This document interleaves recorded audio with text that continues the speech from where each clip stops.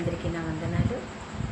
ఈరోజు వాగ్దానము మత్తయి సువార్త 6:6 రహస్యమందు చూచు నీ తండ్రి నీకు రహస్యంగా ప్రతిఫలం ఇచ్చును. ఈ లేఖనం ధరగా మనం మరొక లేఖనాన్ని జ్ఞాపకం చేసుకుందాం. మొదటి సమూయేలు గ్రంథము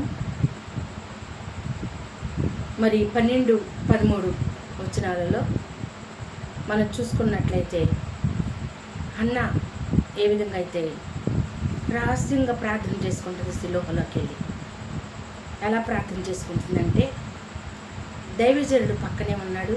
ఆమె పెదవుల కదుపుటమే కనబడుతుంది ఆయనకి. ఆమె ఎలా ప్రార్థన చేసుకుంటుంది ఆయనకి తెలియదు.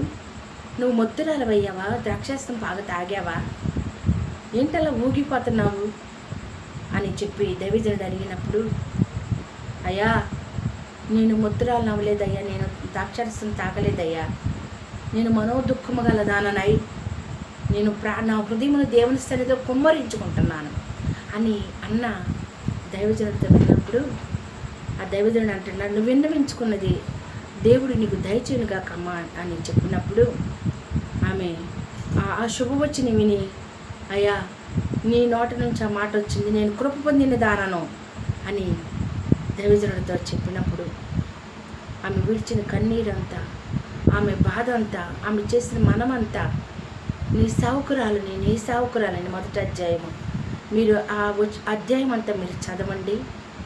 నీ సావుకురాలను అని ఎన్నోసార్లు ఆమె సంబోధించింది దేవుని సన్నిధిలో. దేవుని పాదాలు పట్టుకుని, అయ్యా నీ సావుకురాలు ఒక్కసారి నన్ను జ్ఞాపకం చేసుకో అని అడిగిన ప్రతి ప్రార్థన ఆయన ఆలకించి ఇంటికి వెళ్ళిన తోడనే అన్నాన్ని దేవుడు జ్ఞాపకం చేసుకున్నాడంట. జ్ఞాపకం చేసుకుని ఆమె గర్భవతి ఆయను అని రాయబడి ఉంది కదా. మీరు అధ్యాయం అంతా మీరు చదవండి, చాలా శ్రేష్టమైన విషయాలు మీకు బోధపడతాయి.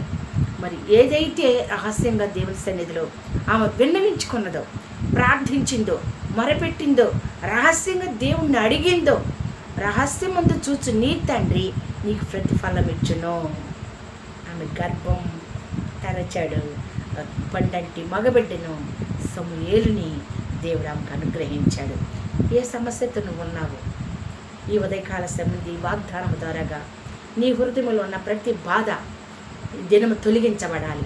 నువ్వు రహస్యంగా ప్రార్థన చేయి, కూర్చున్నా చేయి, నుంచున్నా చేయి, అంట్లు తొమ్ముతున్నా, బట్టలు తుతున్నా, నువ్వు ఏ పని చేస్తున్నా, జాబ్ చేస్తున్నా, నీ హృదయాంతరంగంలో నుంచి చిన్న ప్రార్థన, ప్రభువా నాకు నా బాధ నీకు తెలుసు కదా, నా సమస్య నీకు తెలుసు కదా, అయ్యా లోకమంతటా నీ కన్ను సంచారం చేస్తున్నది కదా, ఎవరు నీ కృప కొరకు వేడుకుంటారు వారిపై నా కృపను కుమ్మరిస్తానని వాగ్దానం చేశావు కదయ్యా. ఆ వాగ్దానం చేసిన వాడు నమ్మదగిన వాడవు. ఆకాశము భూమి గతించిన నేను చేసిన వాగ్దానం గతించదని వాగ్దానం ఇచ్చిన దేవుడు కదా. ఒక్కసారి నా మనవి ఆలకించి, నా ప్రార్థన ఆలకించి, నా సహాయం చేయి అన్న అడిగిన రీతిగా మీరు అడిగినట్లయితే దేవుని కృపను పొందుకుంటారు. చేస్తారు కదా ప్రార్థన. కన్నీటి ప్రార్థన చేయండి. ఆమె కన్నీటి ప్రార్థన చేసింది, హృదయం కుమ్మరించి దేవుని సన్నిధిలో. నీకే సమస్య అయినా ఎవరితో పంచుకోమాకమ్మా, ఎవరితో పంచుకోమాకయ్యా, దేవుని సన్నిధిలో పంచుకో, దేవుడి పాదాలు పట్టుకో, దేవుడి దగ్గర మొరపెట్టు, తప్పకుండా కార్యం చేస్తాడు. అలా మొరపెట్టి ఎన్నో మేడులు పెంట దెబ్బ మీద నుంచి లేవనెత్తాడు నన్ను దేవుడు. రుచి చూచి ఎరిగి చెప్తా ఉన్నాను. దేవుడి కొద్ది మాటలని మీకెళ్ళు దీవించి ఆశీర్వదించిన కాక. చిన్న ప్రార్థన. పరిశుద్ధమైన మా ప్రియ పరలోకపు తండ్రి, అయ్యా రహస్యమందు చూచి నీ తండ్రి నీకు రహస్యంగా ప్రతిఫలం ఇచ్చినని సెలవిచ్చావు కదయ్యా. అన్న రహస్యంగా చేసిన ప్రార్థన ఆలకించి ఆమె గర్భము తెరిచి పండంటి బిడ్డనిచ్చావు నాయన.